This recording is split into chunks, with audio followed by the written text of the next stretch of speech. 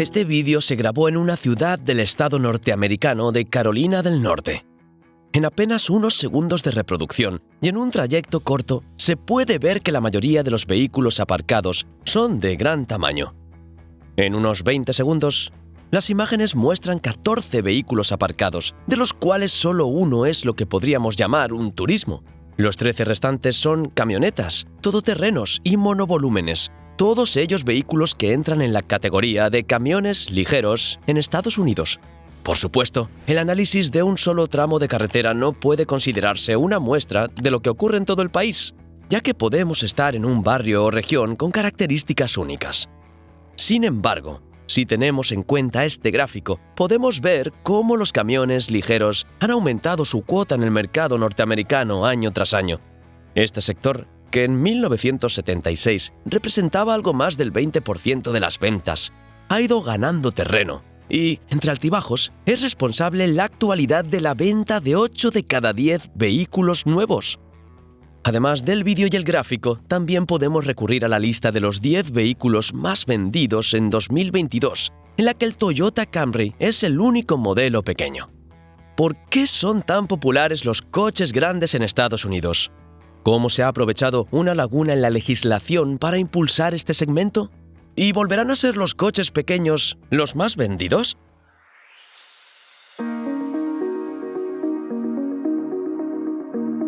Desde la década de 2000, las camionetas y los todoterrenos ganan cada año el favor de los compradores de coches norteamericanos.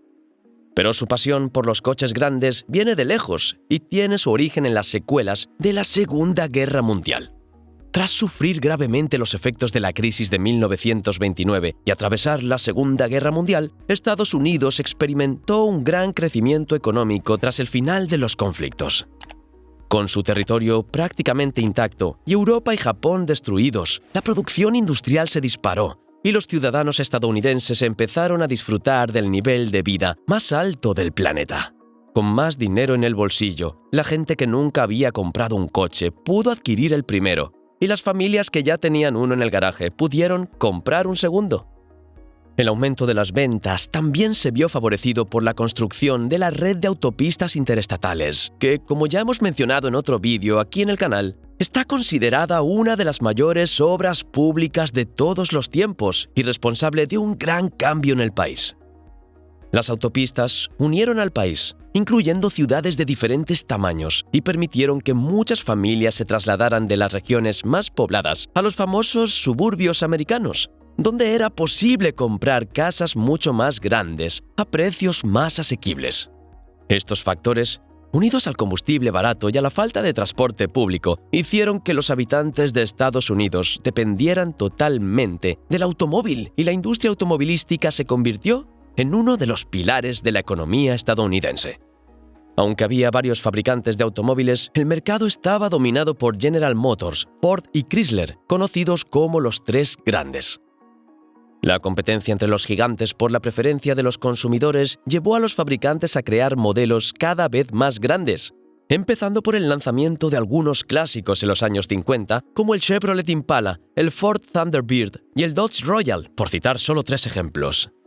En las décadas siguientes, con la aparición de nuevas tecnologías, los vehículos se hicieron aún más grandes y algunos modelos superaron los 6 metros de longitud.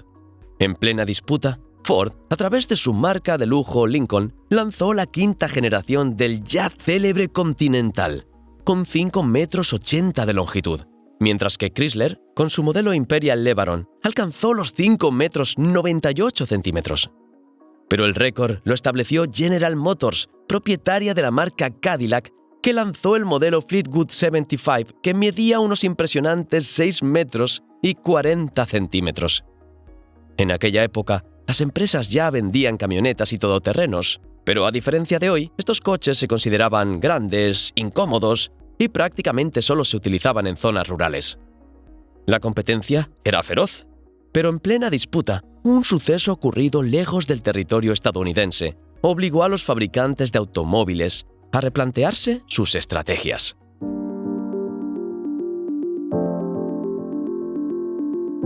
En 1973, una coalición de países árabes liderada por Egipto y Siria invadió Israel, dando comienzo a la guerra del Yom Kippur. Naturalmente, Estados Unidos apoyó a Israel en el conflicto, lo que provocó la reacción de los países árabes, algunos de ellos grandes productores de petróleo. Como forma de castigar a los aliados de Israel, los principales productores de Oriente Medio decidieron bloquear la venta de petróleo a estos países. Tras el embargo, el precio del barril de petróleo se disparó de 3 a 12 dólares en muy poco tiempo.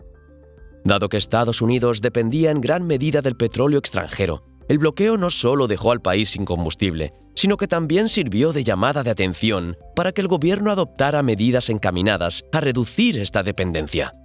Entre las diversas medidas adoptadas, una en particular obligó a los fabricantes de automóviles a desarrollar coches más eficientes. Alrededor de 1975, un coche estadounidense consumía una media de 1 galón de combustible para recorrer 14 millas. Esto significa que se necesitaba 1 litro de combustible para recorrer 6 kilómetros. Cuando entró en vigor, los objetivos impuestos por el gobierno determinaban que la eficiencia debía mejorar cada año. Y una década después, en 1985, los vehículos debían ser capaces de recorrer el doble de distancia, es decir, 12 kilómetros con 1 solo litro de combustible. Viendo los grandes coches que se fabricaban en los 70, ya te puedes imaginar que con todo ese tamaño sería imposible cumplir los objetivos y las empresas se vieron obligadas a reducir el tamaño de los coches.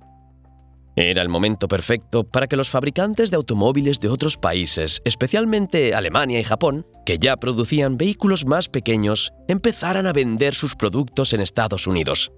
Con modelos compactos y más baratos, algunos, como Toyota, conquistaron una importante porción del mercado. La solución que encontraron los fabricantes de automóviles estadounidenses para seguir obteniendo beneficios y dominar el mercado fue aprovechar las lagunas legales y reglamentarias. Las exigencias de mayor eficiencia solo se aplicaban a los turismos, dejando fuera los camiones, tanto pesados como ligeros.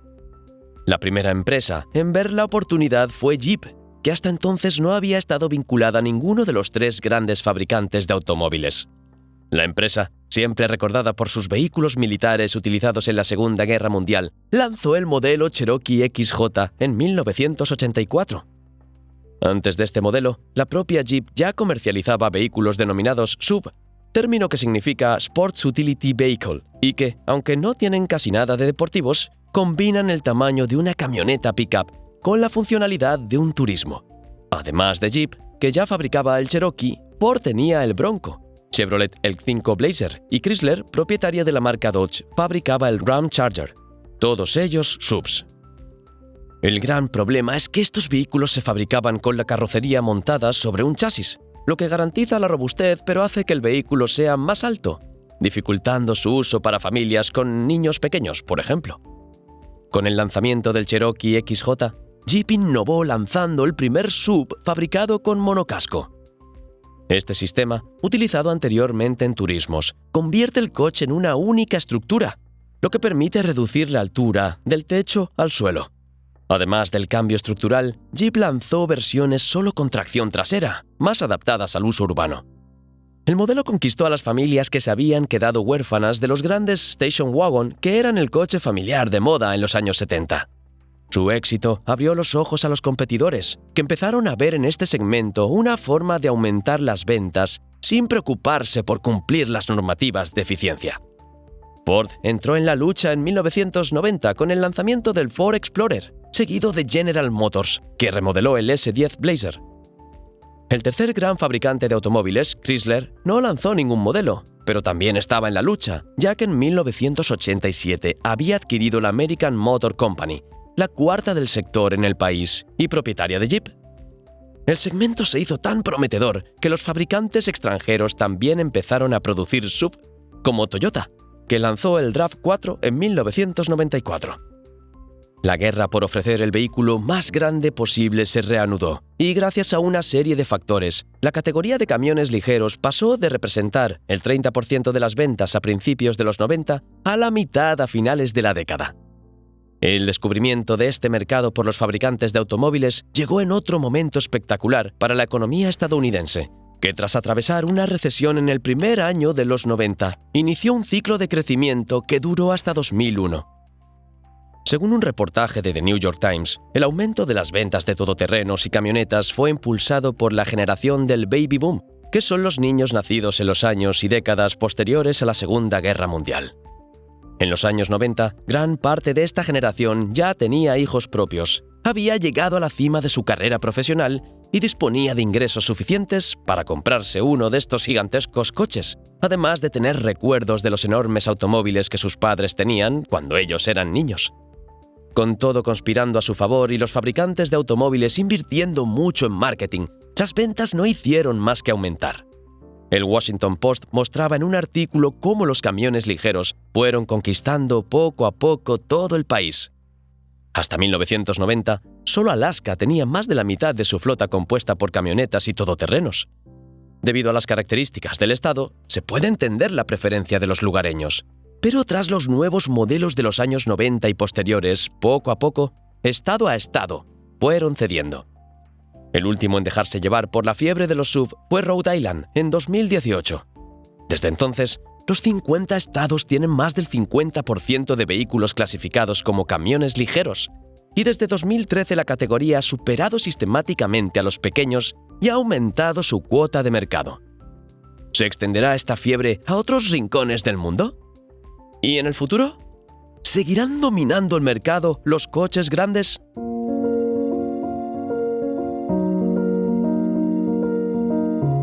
Según los datos publicados en el año 2022, los vehículos de gran tamaño, especialmente los SUV, conquistan cada vez a más consumidores en todo el mundo.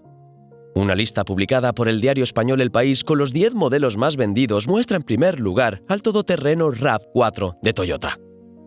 Alternando posiciones con coches pequeños, el Model Y de Tesla, el Honda CR-V y el Toyota Cross también aparecen en la lista, así como la camioneta Hilux, también de Toyota, y el F-150 de Ford.